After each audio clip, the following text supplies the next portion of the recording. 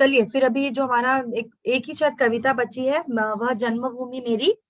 ठीक है, तो हम लोग ये ले लेते हैं आज, वो जन्मभूमि मेरी, चलेगा?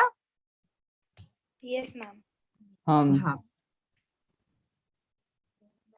वह जन्मभूमि मेरी सोहनलाल द्विवेदी जी द्वारा लिखित रचना है, जन्मभूमि मेरी। अब इससे तो आप समझ ही गए होंगे कि वह जन्मभूमि मेरी मतलब कहाँ, जहां हमारा जन्म होता है वह भूमि है ना। अब हमारा जन्म कहाँ हुआ है और अपनी जन्मभूमि कौन सी है, बताइए। जनरल भारत। बोलते ना, एक सामान्य दृष्टिकोण से बताइए कि अपनी जन्मभूमि कौन सी है। भारत। भारत है।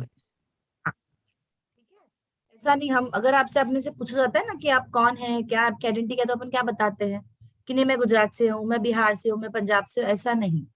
देश की राष्ट्रीयता बताने के लिए हमें क्या बताना पड़ता है, हम भारतीय हैं, हिंदुस्तानी हैं। हिंदुस्तानी मतलब हिंदू, ये संधि है, हिंदू धन, धन मतलब हिंदू प्लस स्थान, हिंदुस्तान जहाँ हिंदू लोगों के रहने का स्थान, उसे हिंदुस्तान कहा जाता है। जैसे पाकिस्तान है, तो पाक के लोगों का जो स्थान है उसे पाकिस्तान कहा जाता है। पाक धन स्थान होता है वो, लेकिन उच्चार की दृष्टि से स्थान कर दिया गया है, मतलब वो जगह जहां पर वहां के लोग रहते हैं। तो हम हिंदू हैं, तो हम कहाँ रहते हैं, हिंदुस्तान में। जब भारत आजाद हुआ था उससे पहले भारत को भारत से ज्यादा हिंदुस्तान कहा जाता था, क्योंकि आजादी से पहले यहाँ पर पाकिस्तान भी था, बांग्लादेश भी अपने साथ ही था, तो हिंदू मुस्लिम की जो जनसंख्या थी वो बहुत ज्यादा हुआ करती थी, इस वजह से इसे हिंदुस्तान कहा जाता था। ठीक है, इंडिपेंडेंस से पहले हम, जब अंग्रेज जब हमारे देश में आए तब तक हमारा देश हिंदुस्तान ही था, फिर वो इंडिया हुआ और उसे भारत कहा गया। ठीक है, जैसे साधारणतः देखा जाए तो हर देश का अपना एक ही नाम होता है, फिर हम उसे हिंदी में उच्चारें या उसे अंग्रेजी में उच्चारें, लेकिन हमारा एक ऐसा देश है जिसे 3 नामों से जाना जाता है, हिंदुस्तान, भारत और इंडिया। ठीक है, तो यहाँ पर है वह जन्मभूमि मेरी। ठीक है, वह जन्मभूमि मेरी से यहाँ पर द्विवेदी जी आपको क्या बताना चाहते हैं। सबसे पहले तो इनके बारे में यहाँ पर परिचय दिया है, जन्म 1905, उत्तर प्रदेश के फतेहपुर में हुआ, इनका जन्म हुआ था, एक संपन्न परिवार। अब संपन्न परिवार से आप क्या जानते हैं, संपन्न परिवार क्या होता है, बताइए, कौन बताएगा, संपन्न परिवार। Ma'am joint Yes, family. joint family maybe. एक बार और, कंप्लीट फैमिली। ज्वाइंट फैमिली तो संयुक्त परिवार होता है, संयुक्त मतलब मिला हुआ। संपन्न किसे बोलोगे आप, Nuclear family. Complete family. Complete तो क्या है, पूरी फैमिली, तो फैमिली आएगी, परिवार ही आएगा वो। संपन्न परिवार से क्या क्या अर्थ है, छोटे छोटे चीजों के अर्थ समझिए, कभी वो आप प्रश्नों में आते हैं तो आपको समझ में नहीं आता, मैं अक्सर देखती हूँ जब आप उत्तर लिखते हैं तो आपको नहीं समझता। सोचिए उसे, मैम संपन्न परिवार। हाँ जी गरिमा। मैम आर्थिक दृष्टि से संपूर्ण। हाँ, संपन्न परिवार मतलब वो अपन जिसको बोलते हैं ना इंग्लिश में फाइनेंशियली सिक्योर है, मतलब उनके पास अच्छा खासा पैसा था या जरूरत की सारी चीजें या खाते पीते घर से, इन शॉर्ट समझ कैसे चलिए, संपन्न परिवार थोड़ा खाते पीते घर से थोड़ा सा ज्यादा होता है, मतलब जो थोड़े से जिनके पास इनकी आर्थिक स्थिति अच्छी होती है। ठीक है, उन्हें कहा उन परिवारों को कहा जाता है संपन्न परिवार। ठीक है, इस चीज को याद रखिए। उसके बाद में उन्होंने कहाँ कहाँ काम किया है, भैरवी, सेवाग्राम, जय भारत जय आदि इनकी कविताएं संकलित हुए हैं, कुछ बाल कविताएं भी लिखी हैं। उसके बाद सबसे जरूरी चीज यहाँ पर आती है कि देखिए हर कवि का अपना एक लिखने का स्टाइल होता है, अपना उसका एक अपना तरीका होता है कि वो किस तरह से लिखता है, क्यों लिखा है, किस क्षेत्र की तरफ लिखा है। मैंने आपको बोला है कवि कहाँ क्या क्या लिखते हैं, बाल कविताएं बच्चों के लिए लिखते हैं, दुख भरी कविताएं लिखते हैं, प्रकृति है ना, नेचर, उस पे लिखते हैं। और उसके बाद आप कह सकते हो आपको बोलते प्रोत्साहित करने के लिए प्रोत्साहन कविताएं लिखते हैं, मोटिवेट करते हैं, है ना। ऐसे कई अलग अलग या किसी के ऊपर लिखा जाता है। अब इनका क्षेत्र कौन सा, ये हमें जानना बहुत ज्यादा जरूरी है। अब ये जो कवि थे वो द्विवेदी जी के काव्य में गांधीवाद, अब मुझे बताइए, मैंने पहले बताया है गांधीवाद क्या होता है, नॉन वायलेंस। और नॉन वायलेंस मतलब अहिंसा। और हिंसा मतलब मार काट, और अहिंसा मतलब शांति, गौतम बुद्ध वाली। गांधीवाद किसे कहा जाता है? ईशान, धनश्री, रेणुका, पार्थ, शरण्य, आदि, अनन्या, असीन, देवश्री, गरिमा, गौरेश, गौरी, निधि, शंतनु, बताइए गांधीवाद किसे कहा जाता है?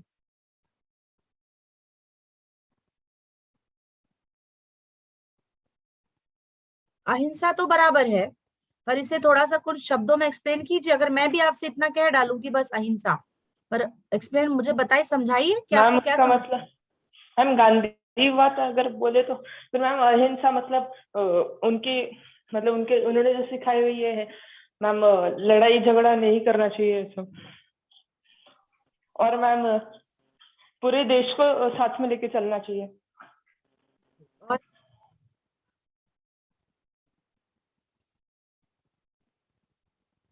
और साधारण सी बात है कि गांधी जी, अब आप जानते हैं गांधी जी किस व्यक्तिमत्व के थे, बचपन से हम पढ़ते आ रहे हैं, है ना। गांधी जी के विचार कैसे थे? अहिंसा, बिल्कुल सही, कि लड़ाई झगड़ा नहीं करना। अंग्रेजों से भी उन्होंने लड़ाई झगड़ा मार धाड़ नहीं की, उन्होंने सिर्फ आंदोलन किए। नमक आंदोलन किया, फिर और कौन कौन से, दांडी यात्रा की, उसके बाद में वो भूख हड़ताल करते थे, उसके बाद में वो कहीं पे बैठ के धरना देते थे अलग अलग जगहों पर, जहाँ पे सरकारी जो बोलते हैं ना कि सरकारी जहाँ पे उनके ऑफिसेज हुआ करते थे, कार्यालय हुआ करते थे, वहां पर वो आंदोलन करते थे। मतलब जो, और सबसे बात कर कर कन्विंस करके प्यार से उन्हें समझा के वो सारा जितना भी अपना काम थे वो करवा लिया करते थे।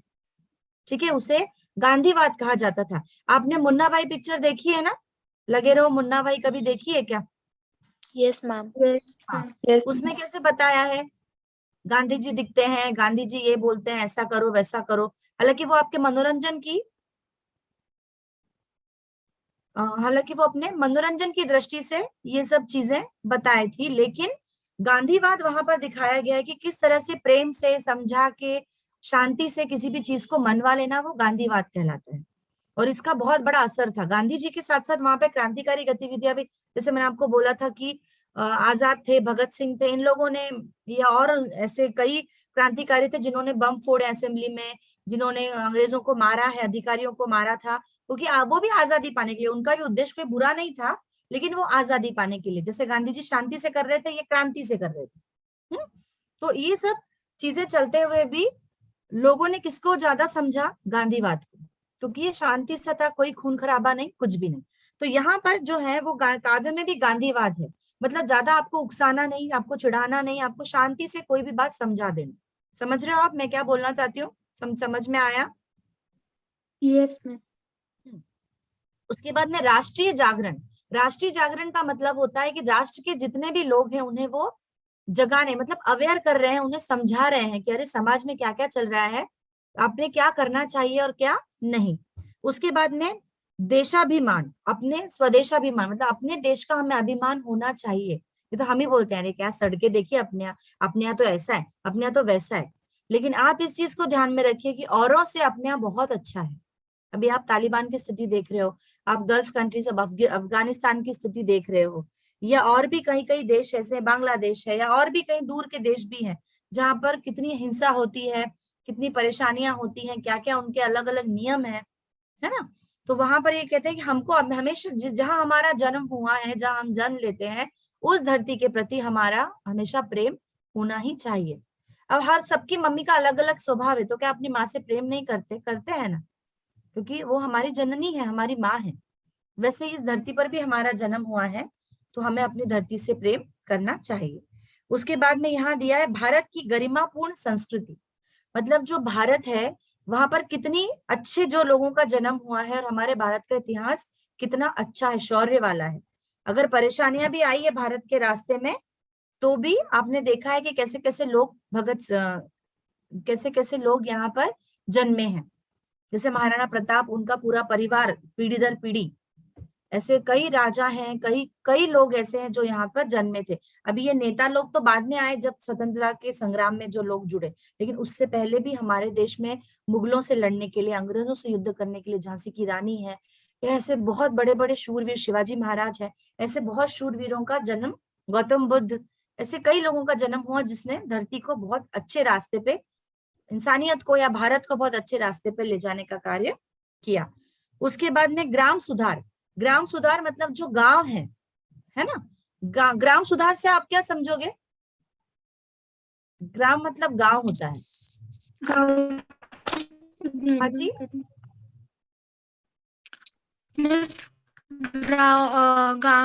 गांव की सुधारना।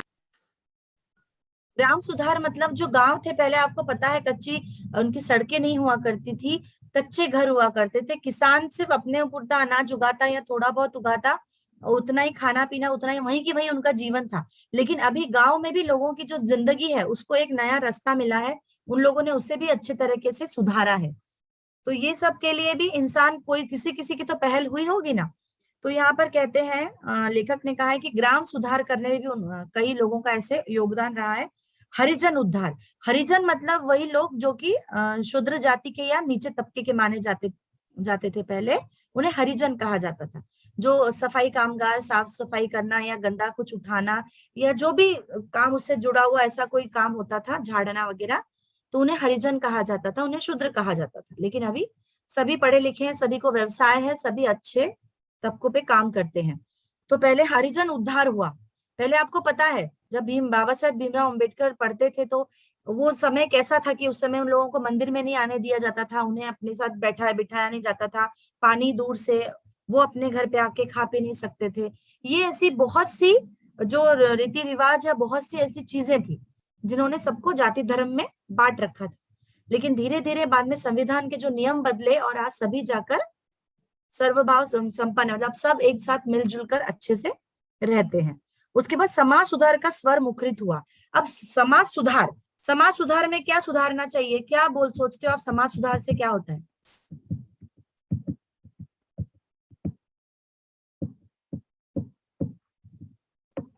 बताइए, समाज सुधार क्या, समाज सुधार क्या है?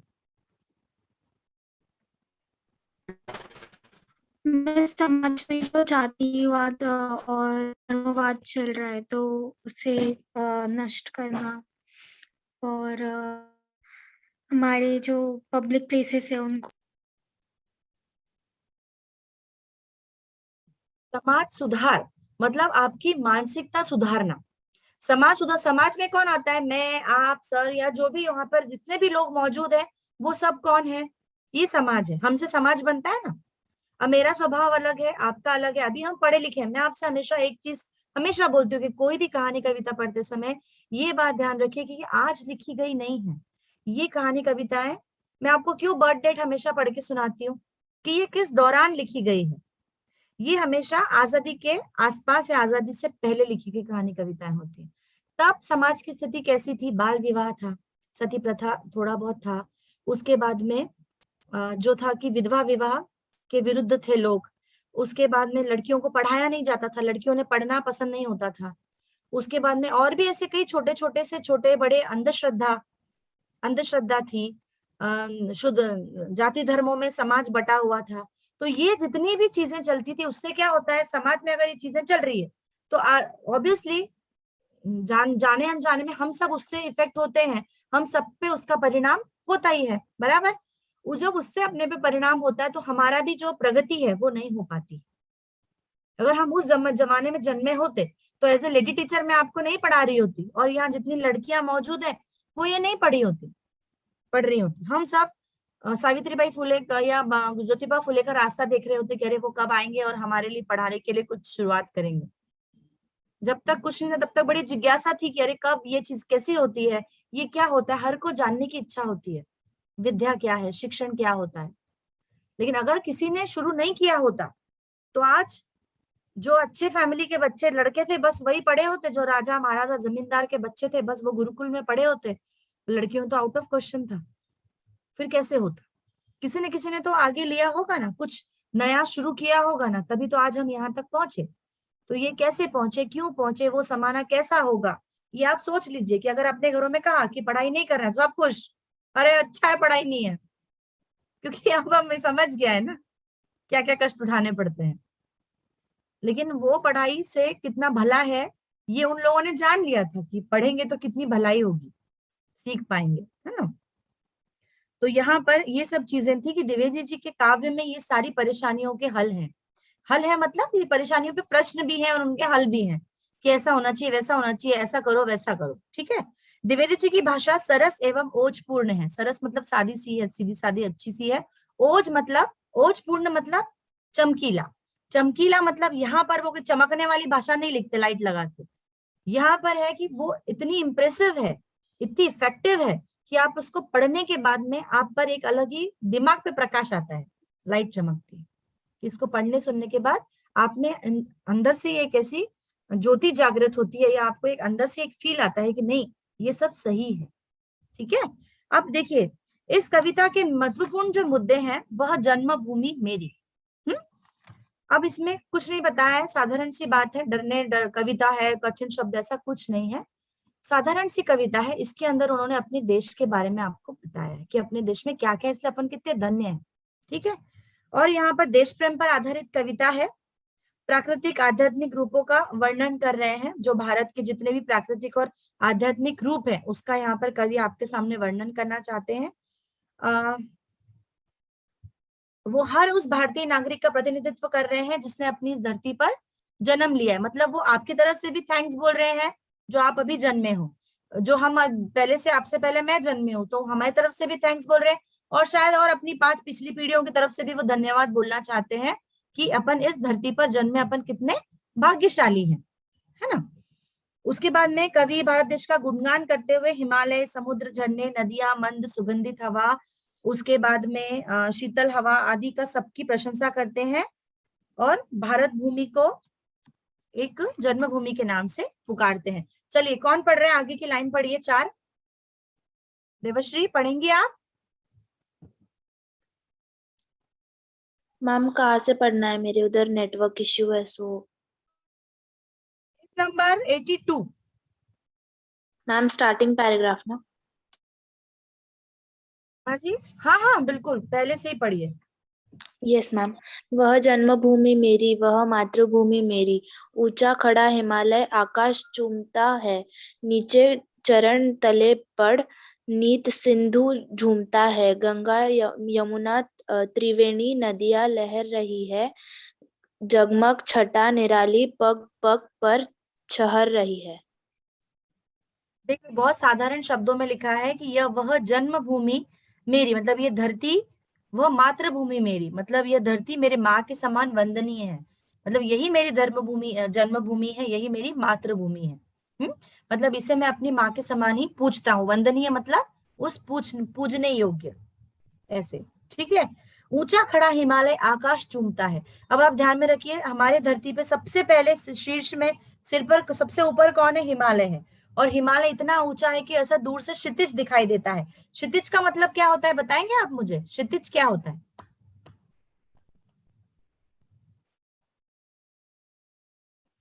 आकाश। गगन, आसमान बोला जाता है। क्षितिज बताइए बेटा, क्षितिज किसे कहेंगे आप? कोशिश अच्छी है, क्षितिज बोलिए।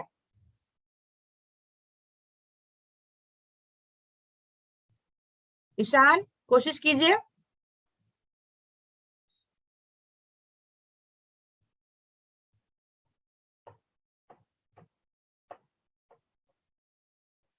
रेणुका?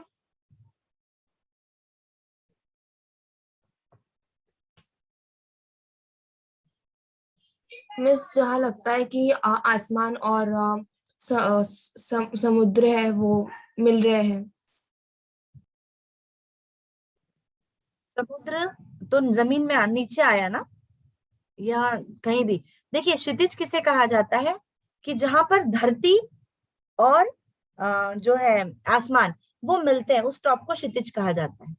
जहां पर धरती और आसमान आपको मिलते दिखाई देते हैं। अभी अगर अपन यहाँ से कहीं दूर देखेंगे ना पहाड़ पे, तो अपने क्या लगता है, और वो पहाड़ कितना ऊंचा आसमान को छू रहा है। लेकिन जैसे जैसे आप नजदीक जाओगे फिर आसमान दूर हो जाएगा। मतलब पहाड़ पे पहुंच के भी आपको आसमान दूर लगेगा, फिर थोड़ा दूर दिखेगा, नहीं नहीं अरे वो वाला जो है पर्वत है, वो पहाड़ जो है वो आसमान छू रहा है। तो वो जो पॉइंट दिखता है जहाँ पे धरती और आसमान मिलता है, मतलब पहाड़ और आसमान मिलता सा दिखाई देता है, उस पॉइंट को आप क्षितिज कहते हैं। ठीक है, उसे क्या कहेंगे आप? क्षितिज कहेंगे। लेकिन ऐसे कभी होता नहीं, धरती और आसमान कभी नहीं मिल सकते, सिर्फ दिखाई देते हैं कि वो दूर इस जगह नहीं उस जगह, उस जगह नहीं उस जगह, जैसे जैसे आप उस स्टॉप पे पहुंचते जाओगे ना, वो वाले वो दूर दूर दूर दूर होते जाएंगे। ठीक है, ऊंचा खड़ा हिमालय आकाश चूमता है, मतलब हिमालय इतना नजदीक दिखता है कि वो आसमान को चूम रहा है, इस तरह से दिखाई देता है। नीचे चरण तले, नीचे मतलब भारत के नीचे देखो, अभी पैरों के तले चरण तले पर नित सिंधु झूमता है। सिंधु मतलब समुद्र, मतलब अपने जो आप नीचे नीचे कहाँ पर देखोगे आप पैरों में, कौन सा देश है सबसे नीचे, कौन सा राज्य है?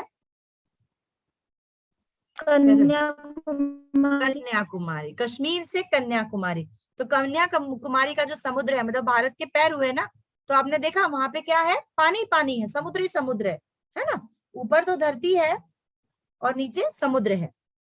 गंगा यमुना त्रिवेणी नदियां लहर रही हैं, और जहां से हमारे देश में से गंगा यमुना और त्रिवेणी नदियां, जैसे जैसे हिमालय से नदियां निकलती हैं, आपको पता है कि नदियां कहाँ से निकलती है? हिमालय से। और हिमालय से निकलती हुई घूमती हुई पूरे देश में से हर राज्य हर राष्ट्र हर बोलते हैं ना शहर में से होती हुई गुजरती हुई वो नीचे तक जाती है और समुद्र में जाकर मिल जाती है।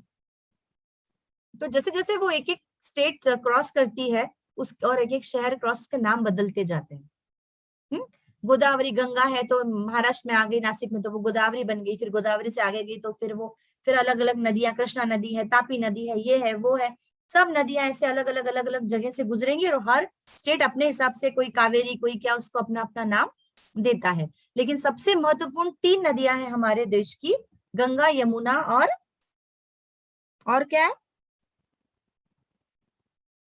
सरस्वती था, पर अभी उसे त्रिवेणी नदियों में माना जाता है। ठीक है, तो ये नदियां ऊपर से निकलती हिमालय से और समुद्र में जाकर मिल जाती हैं। आगे बढ़िए। वह जगमग छटा पुण्य निराली, भूमि मेरी, वह स्वर्ण भूमि मेरी। बेटा एक वह मिनट, जगमग छटा निराली पग पग छहर रही है। और हमारे यहाँ पानी बरसात चारों मौसम एक से होते हैं, इसलिए यहाँ पर क्या है कि ये नदियां जब गुजरती हैं तो सब वातावरण, सब पेड़ पौधों, सबको पानी देती हुई गुजरती है, इसलिए हमारा देश हरा भरा है। ठीक है, और इसीलिए यह पुण्य भूमि है एक्सक्यूज मी, इसीलिए यह पुण्य भूमि है और यही स्वर्ण भूमि है। ठीक है, यह भारत भूमि मेरी जन्मभूमि और मेरी मातृभूमि है। अगला पढ़िए बेटा। झरने अनेक झरते, जिसकी पहाड़ियों में चिड़िया चहक रही है, जो मस्त झाड़ियों में अमराइयाँ घनी है, कोयल पुकारती है, बहती मलय पवन है, तन मन संवारती है। वह धर्म भूमि मेरी, वह कर्म भूमि मेरी, वह जन्मभूमि मेरी, वह मातृभूमि मेरी। झरने अनेक झरते जिनकी पहाड़ियों से, अब आप जानते हैं अगर आप त्र्यंबकेश्वर रूट पे चले जाओ, इगतपुरी पे चले जाओ, तो देखो पहाड़ियों से झरने, पहाड़ियों से जो पानी बहता है ऐसे ऐसे ऐसे ऐसे करके वो झरने, लेकिन ये छोटे छोटे से झरने होते हैं। लेकिन अगर आप कहीं कहीं देखेंगे तो बहुत बड़ा बड़ा फॉल, वाटरफॉल रहता है, उसे झरना कहा जाता है।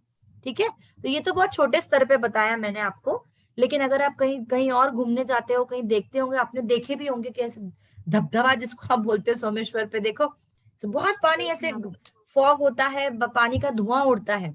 ऐसे हमारे देश में कई कुछ है, जल प्रपात कहा जाता है उन्हें। तो ऐसे हमारे देश में बहुत जगहों पर है, कुछ हमें पता है कुछ हमें नहीं भी पता है। तो झरने अनेक झरते जिसकी पहाड़ियों में चिड़िया चहक रही हो मस्त झाड़ियों में, और इस वजह से हमारे इतनी ग्रीनरी, इतनी हरियाली है कि चिड़िया वहां पर चहकती, बहुत सारी चिड़िया हैं। अभी तो चिड़िया दिखना कम हो गई हैं शहरों में, लेकिन आप गांव की तरफ जाएंगे या किसी जंगल ऐसे जगह पर जहाँ शांति है, तो आप गौर से देखिए, छोटी छोटी स्पैरो होती है, वो कितनी चू चू चू चू चू करके घुमा करती है, इस पेड़ से उस पेड़, इस पेड़ से उस पेड़, है ना। शहरों में आजकल कम, एक तो स्क्विरल, एक गिलहरी नहीं दिखती आजकल, कौवे कम, क्रो वो भी कम हो गए हैं आजकल, और उसके बाद में ये चिड़िया स्पैरो, जो सिंपल स्पैरो होती थी वो ऐसी पीली पीली भी बोल सकते हो, ऐसे ब्लैकिश ग्रे भी बोल सकते हो। ऐसे 2-3 प्रकार की जो चिड़िया, जिसको बेसिकली चिड़िया कहा जाता है, नहीं तो तोते होते हैं, मैना होती है, कोयल होती है, ऐसे कई पक्षी होते हैं, लेकिन ज्यादा करके स्पैरो चिड़िया दिखाई देती थी, लेकिन आजकल नहीं दिखती। लेकिन पहले, अभी आप कहीं जंगल में जाओगे तो जरूर दिखेगी। कल चलो सबको दिखाऊंगी चिड़िया में, ठीक है। फिर चिड़िया चहक रही हो मस्त झाड़ियों में। उसके बाद अमराइयां, अमराइयां किसे कहेंगे? आम का बाग। आम के बाग। अमराई, जहाँ पे आम का बगीचा होता है, जहाँ पे आप चढ़ के तोड़ के आम खा सकते हो, उसे अमराई कहते हैं। अमराइयां घनी है, कोयल पुकारती है। और आपने देखा होगा कोयल, वो अमराई में उसे आम खाना बहुत पसंद है, उसका फेवरेट फ्रूट है वो, उसका पसंदीदा फल है आम। तो वो आम के पेड़ पर ज्यादा वहीं रहती है। और जैसे ही मोहर आने लगती है, मोहर मतलब आम आने से पहले जो फूल से आते हैं ना आम के पेड़ों पर, उसे मोहर कहा जाता है। जैसे मोहर आती है तो वैसे ही वो उस पर जाके बैठेगी, खाएगी, और जोर जोर से कुहू कुहू का गाना सुनाती है, बड़ा खूबसूरत। और अगर उसकी कंपटीशन में अगर आप भी कुहू कुहू करते हैं तो और जोर जोर से चिल्लाती है। कभी ट्राई मार के देखो कोयल से, कितनी भी लंबी बैठी हो, जैसे उसने कुहू किया, यहाँ से आप भी कुहू कुहू करना उसके टोन में, वो और जोर से करेगी, फिर आप और जोर से। वो एक पक्षी, वो सुनती है वो उस चीज को, और उस पे वो रिएक्ट होती है, ठीक है। मतलब ये, हालांकि ये बहुत छोटे रहते हैं बच्चे, तब की हरकतें हैं, लेकिन बचपना तो सभी में होता है। अभी भी कोशिश की तो कोई इस पे वर्जित नहीं है ये कि आप नहीं करें तो नहीं करना चाहिए, बैन नहीं है, आप कर सकते हैं, ऐसा आनंद ले सकते हैं, ठीक है। तो अमराई घनी है और कोयल वहां पर बैठ के आपको आवाज देती है, पुकारती है, मतलब वो अपनी अपनी गाना गाती, कुहू कुहू करती है, अपने दोस्तों को बुलाती है।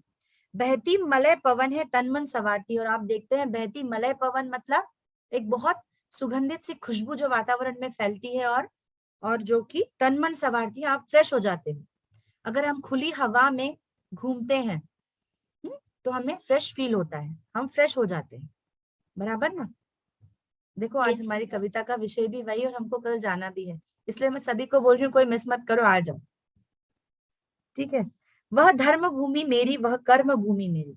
धर्म भूमि से यहाँ पर बताया गया है कि कितने तरह के, अभी यहाँ आगे के पैराग्राफ में है कि हमारे यहाँ पर कितने धर्म हैं, कितने धार्मिक लोग यहाँ पर जन्मे हैं। वह कर्म भूमि मेरी, और कितने लोगों ने कितना शौर्य यहाँ पर अपना दिखाया है। यह जन्मभूमि मेरी, वह मातृभूमि मेरी। पढ़िए, अगला पढ़िए बेटा, कौन पढ़ेगा? शरण्या पढ़ लीजिए, चलिए।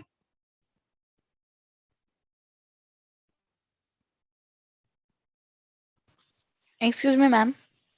हाँ जी, मैम रायन को कविता नहीं तो हम तब तो क्या करें? सुनो ना। Okay ma'am. पार्थ, ये ज्ञान होता है पार्थ। कविता तो लोग यूं ही पढ़ते हैं, मालूम है, शौक के लिए। मैं तो तुमको एक्सप्लेन कर करके बता रही हूँ। लोग तो शौक के लिए जा जाके मैगजीन्स लेते हैं, कविताएं पढ़ते हैं, लाइब्रेरी जाते हैं। या तो तुमको फ्री में मैं सारा सिलेबस बता रही हूँ, इधर का भी उधर का भी। ये ज्ञान की गंगा है, बटरी तो ले लो। Okay ma'am. अगर सिलेबस में नहीं भी है तो कहानी, एकांकी। अच्छा, माइक का थोड़ा प्रॉब्लम है। कौन पढ़ेगा? दूसरा पढ़ लीजिए। अगर आपको नहीं भी है ना तो पढ़ने में बेटा कोई बुराई नहीं है, सुनने में। कविता है, अच्छी रहती है। बेचारे वो लिख के चले गए, उनको श्रद्धांजलि के तौर पे ही सुन लिया करो। चलिए, कौन पढ़ रहा है बेटा? मिस मैं पढ़ूं? हाँ जी, पढ़िए ना। जन्मे जहाँ थे रघुपति, जन्मी जहाँ थी सीता। श्री कृष्ण ने सुनाई वंशी पुनीत गीता। गौतम ने जन्म लेकर जिसका सुयश बढ़ाया, जग को दिया दया दिखाई, जग को दिया दिखाया। वह युद्ध भूमि मेरी, वह बुद्ध भूमि मेरी, वह जन्म भूमि मेरी, वह मातृभूमि मेरी। हाँ जी, जन्मे थे रघुपति। रघुपति कौन थे? श्री राम। हाँ, रघुपति राघव राजा राम। तो जहां पर हमारी ऐसी धरती, जहां पे अयोध्या में श्री राम का जन्म हुआ था, जन्मी यहाँ थी सीता, तो सीता जी का जन्म भी हमारे यहाँ ही हुआ था। श्री कृष्ण ने सुनाई वंशी पुनीति गीता। और यही वो जन्मभूमि है जहां पर कुरुक्षेत्र में श्री कृष्ण ने अर्जुन को गीता पाठ करवाया था। मतलब जहां पर उन्होंने अपना विराट विष्णु का अवतार अर्जुन को दिखाया था, और युद्ध के लिए, कुरुक्षेत्र के युद्ध में उन्हें तैयार किया था। तो ये वही पावन जन्मभूमि है। ठीक है। गौतम बुद्ध ने जन्म लिया था, गौतम बुद्ध मतलब राजा सिद्धार्थ का जन्म इसी जन्मभूमि पर हुआ था। और यहीं पर वो गौतम बुद्ध बने और जिसका सुयश बढ़ाया और ऐसे ही देश का गौरव आगे बढ़ाया, और ऐसे लोगों ने यहाँ पर जन्म लिया है और वो आगे बढ़े हैं। ठीक है। जग को दया दिखाई, गौतम बुद्ध ने सभी को प्रेम, दया, शांति से रहना सिखाया। बुद्ध जो कहे गए हैं, आप अच्छे से जानते हैं कि जितने जो बुद्ध लोगों को फॉलो करने वाले हैं, बुद्धिज्म फॉलो करते हैं, उन्हें मानते हैं, वो सभी जानते हैं कि गौतम बुद्ध ने जो है वो सभी को शांति, प्रेम, भाईचारा और अहिंसा का मार्ग दिखाया था। मेडिटेशन, शांति, ऐसा। तो इसलिए यहाँ पर गौतम बुद्ध का जन्म हुआ था, इसलिए ये सबसे पावन भूमि मानी जाती है। ठीक है।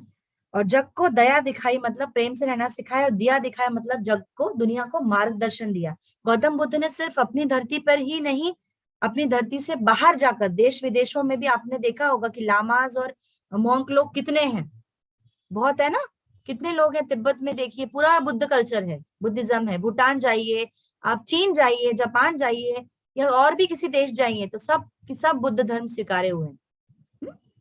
यस तो यहाँ पर बोला गया वह युद्ध भूमि मेरी, मतलब यहीं पर बहुत से युद्ध भी हुए हैं।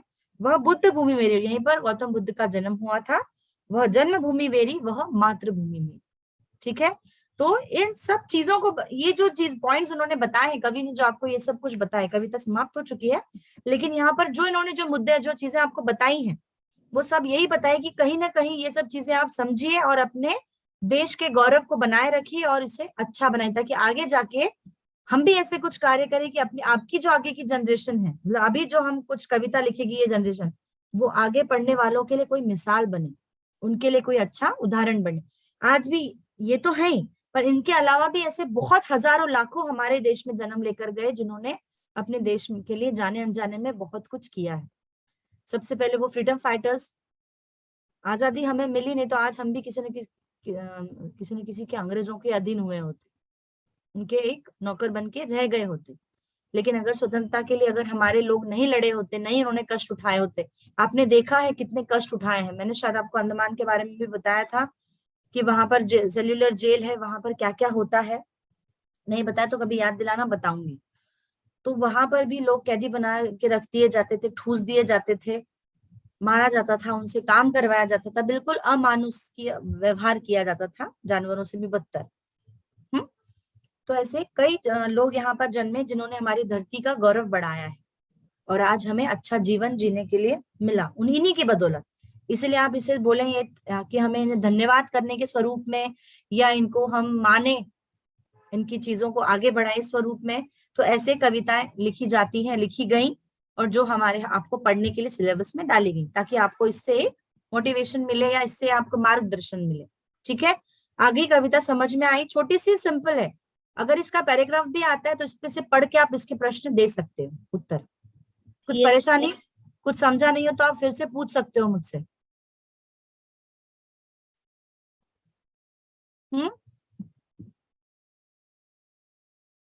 कुछ समझा नहीं है क्या? No ma'am. क्या नहीं समझा बताओ। मैम मतलब समझा है सब कुछ।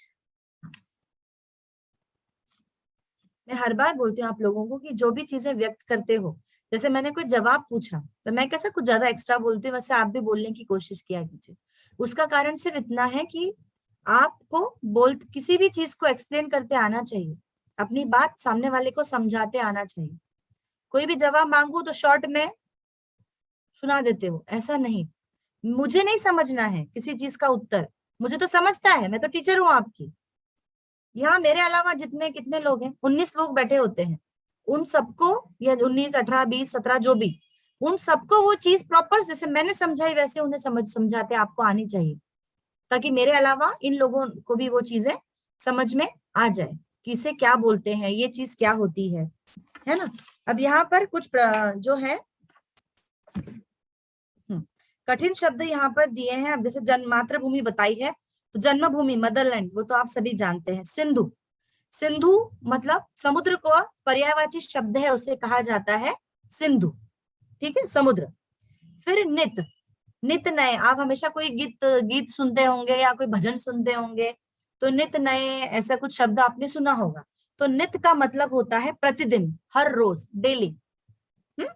उसके बाद मलय, मलय, मलय पूरा शब्द, मल नहीं, मल मतलब मैल होता है, गंदगी होती है, और मलय मतलब सुगंधित होता है, मलय। मलय मतलब खुशबू, फ्रेग्रेंस। सुयश, सुयश का मतलब क्या होता है? सुयश क्या होता है?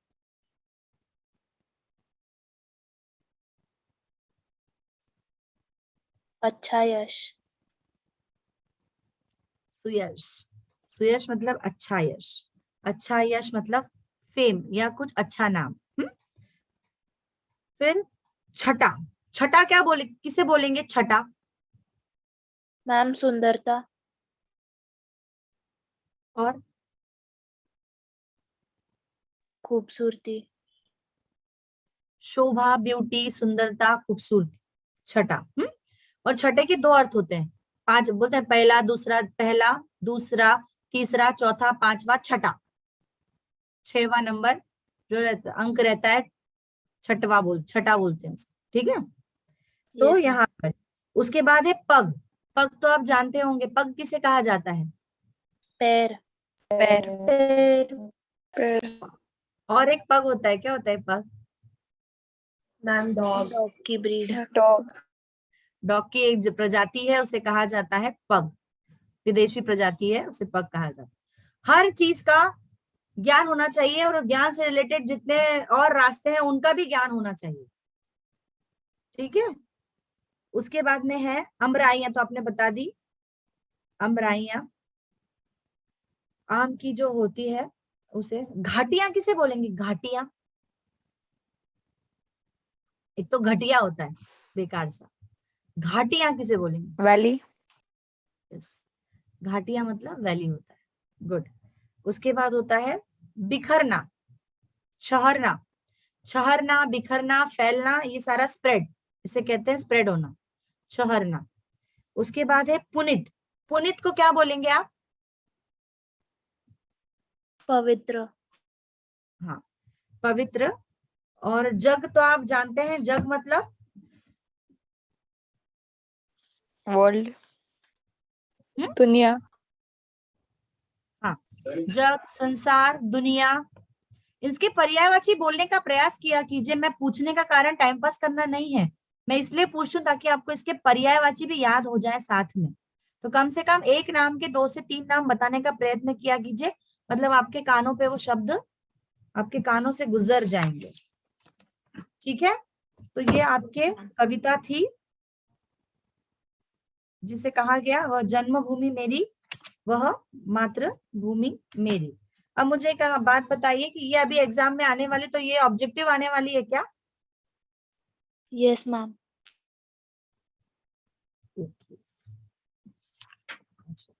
फिर इसके आगे की है जो, वो अलग से आएगी ना।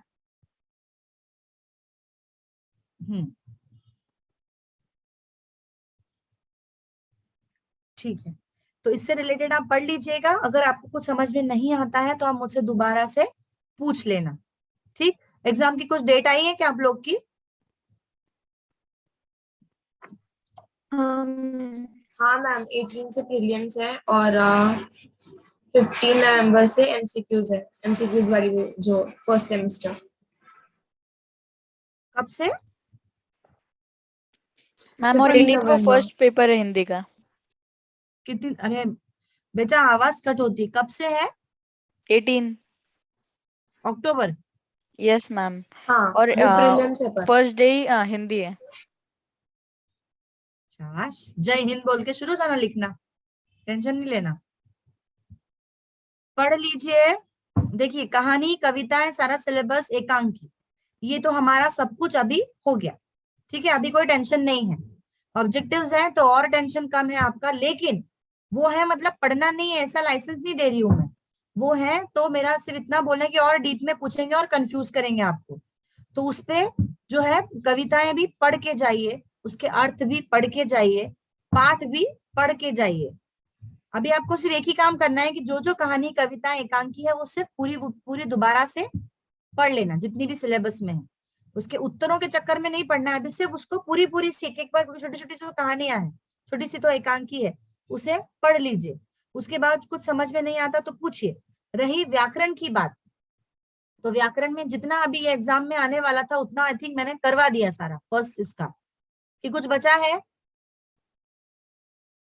हो गया था मैम। हाँ, हो गया था, बराबर, वो हो गया था। अभी ये जो सिलेबस आज ये हो गया, इस सिलेबस पे अब मैं रुक जाऊंगी। अभी मैं आपको क्वेश्चंस दूंगी और उसके बाद में आपको व्याकरण के भी प्रैक्टिस पेपर्स दूंगी, तो वो प्लीज सॉल्व करते जाइए। और क्या Yes, क्या ma'am. है वो मुझे आई थिंक मुझे दिया है आपने, हाँ, पर कुछ रह गया होगा तो आप मुझे बता देना, मैं उसके हिसाब से आगे आगे उसको करते जाऊंगी। ठीक है, मतलब आपको क्वेश्चन पेपर्स डालते जाऊंगी, तो वो प्रैक्टिस करोगे तो ही आपकी उतनी प्रैक्टिस होगी। लेकिन वो प्रैक्टिस सिर्फ करके अपने घर पे नहीं रखना है, मुझसे चेक करवाना बहुत जरूरी है। या तो हम वो उसको लेक्चर पे डिस्कस कर लेंगे क्या सही है कैसा है, ठीक है। अगले से ग्रामर का मैं पूरा रिवीजन लेना स्टार्ट करूंगी। अभी सिलेबस का जितना था उतना हमारा सबका कंप्लीट हो गया ये सेम का। ठीक Yes, है, ma'am. और आगे का फिर जो रहेगा वो अभी हम नेक्स्ट लेक्चर से, एक मिनट, हाँ बैटरी बोल रही, हाँ, तो फिर वो आगे का जो भी रहेगा वो मैं रिवीजन लूंगी। ठीक है, तो फिर आज के लिए टाइम हो गया, हाँ, आज के लिए यहाँ रुक जाती हूँ मैं। और कुछ पूछना है किसी को? No ma'am. No, ma'am. No, ma'am.